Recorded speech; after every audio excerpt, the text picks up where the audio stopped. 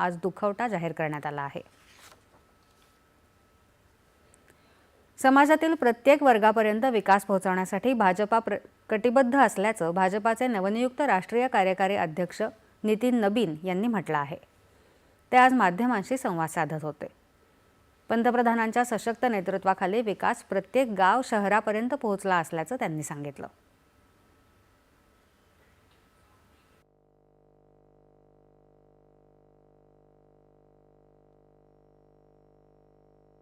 मैं तो यही कहूँगा कि आज के दिन अपने पिता को नमन करता हूँ और उनका आशीर्वाद जो मिला है उसके को और उनका जो सम्मान रहा है उसको और बढ़ाने का प्रयास करूँगा। ये स्पष्ट है कि नरेंद्र मोदी के नेतृत्व में देश में आज एक एक गांव में एक एक कस्बे में विकास भी पहुंचा, भाजपा का भी विस्तार हुआ और आम जनमानस जिस पार्टी को लोग कहते थे कि इसकी पार्टी है, आज गरीबों की पार्टी बनकर भाजपा खड़ी हुई।